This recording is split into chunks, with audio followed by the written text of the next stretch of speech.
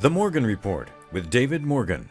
David Morgan with you with the weekly report for the 4th of January 2019. First weekly update or perspective for the new year. Quote, "Money is only a tool.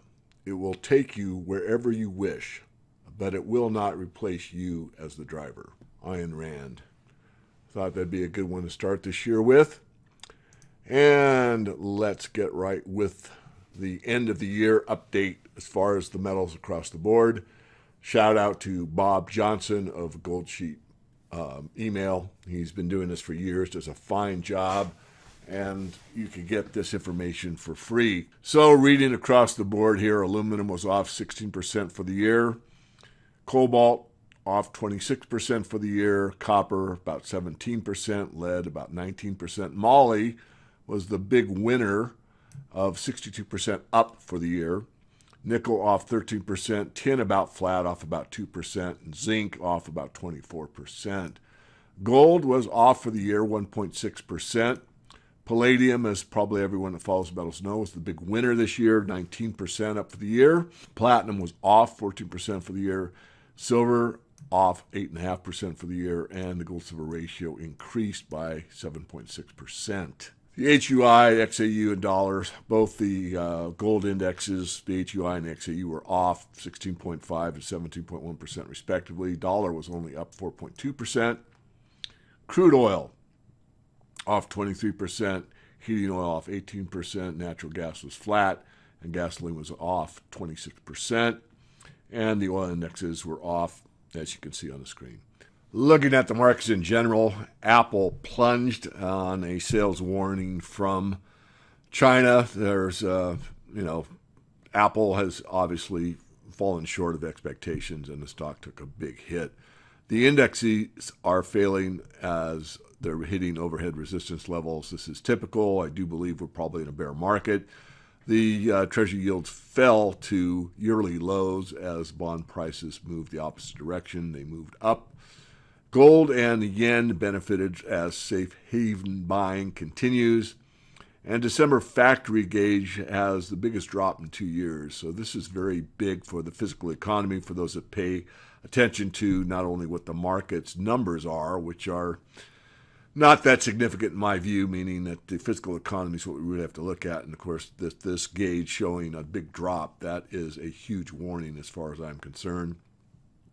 And all of a sudden, and this is kind of tongue-in-cheek all of a sudden, because I've been saying this for quite some time, the fundamentals are not looking that strong across the board. If you look at stock markets across the board, they really aren't.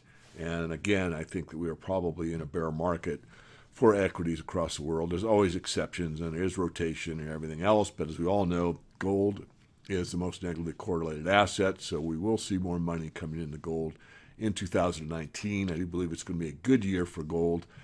Silver, the precious metals, maybe some of the commodities, very favorable to the agricultural sector, but not much else. And we just published the Morgan Report this weekend. It's due on the first Monday of every month, which is the 7th of January.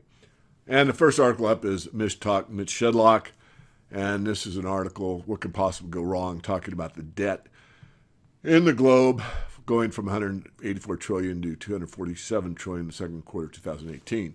Start at the United States, and what you see is total debt as a percent of GDP is 256, which means that the total GDP, our debt is 2.5 times that.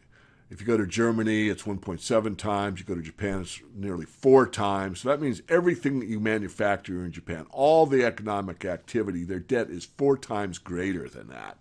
China, 2.5 times. So everything that's done in China, all production, their debt is 2.5 times larger than that. So this is the situation that exists. As he says, what could go wrong, and I'll leave it at that. And I know I might get criticized for bringing this debt problem up over and over, but it really is a big problem. And on the same theme, leverage to the hilt, the world has a $264 trillion problem. If a steady tightening of global central bank liquidity created havoc in equity markets in the closing months of 2018, imagine what it might do to the global debt markets in 2019. It's worth reading this article.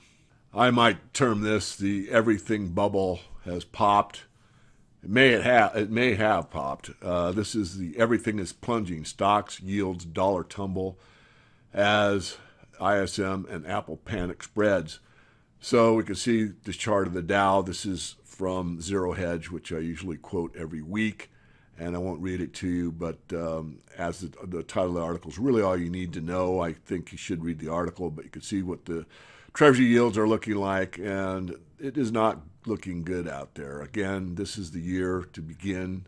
If you're not already invested in the precious metals, or if you're underweighted, certainly have a good look at them. I do think that this is going to be a year. In fact, I won't even say think. I know this is going to be the year where you want to be in the resource side, particularly in the most valuable part, which is the precious metals.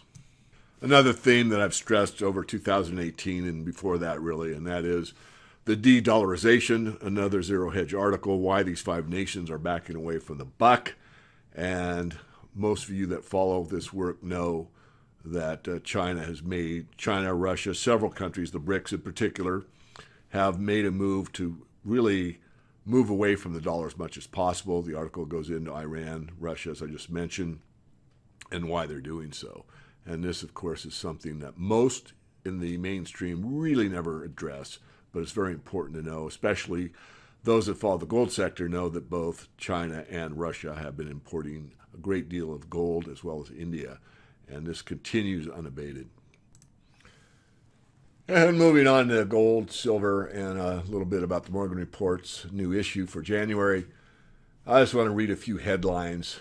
U.S. Mint American Eagle 2018 gold, silver coin sales at 11-year lows. To me, this is a good sign, meaning capitulation. People pretty much given up on gold and silver. As of what I just read, the coin sales are off substantially, and this is usually a sign of a bottom, so I'm pretty bullish going forward.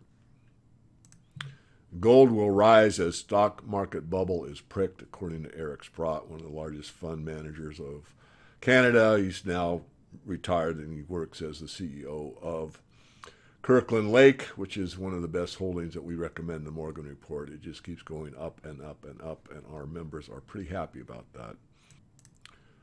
Roland Manley, Russia's central bank gold buying may now extend to international markets.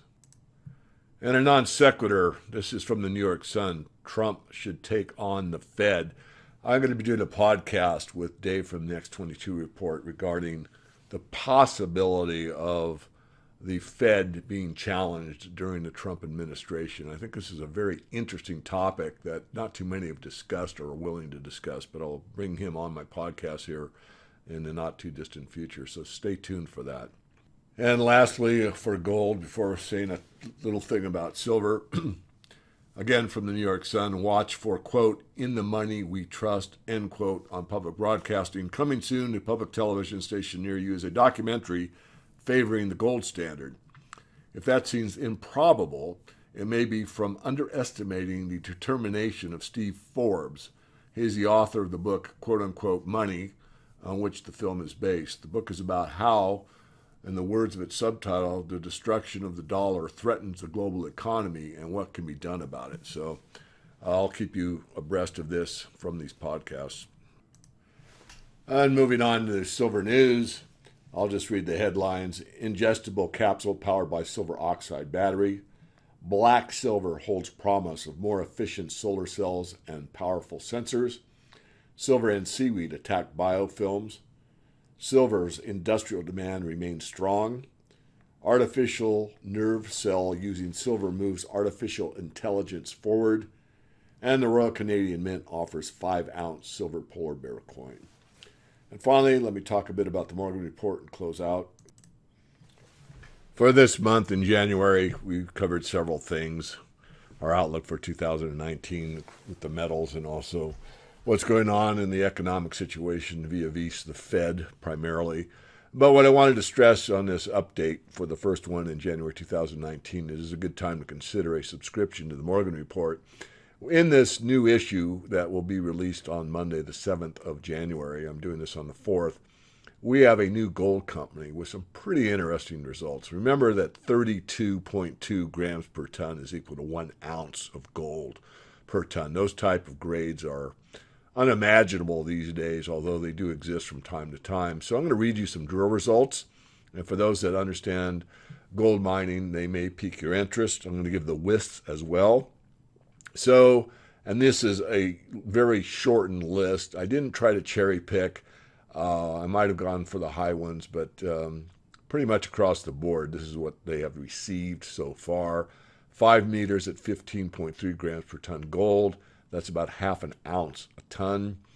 2 meters at 64 grams per ton. That's about 2 ounces a ton.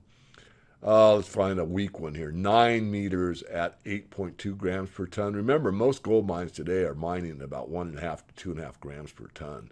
So even at 8 grams per ton, it's like 3 times as good as a lot of gold mines that exist today. Oh, the last one here, I'll just pick one that's low.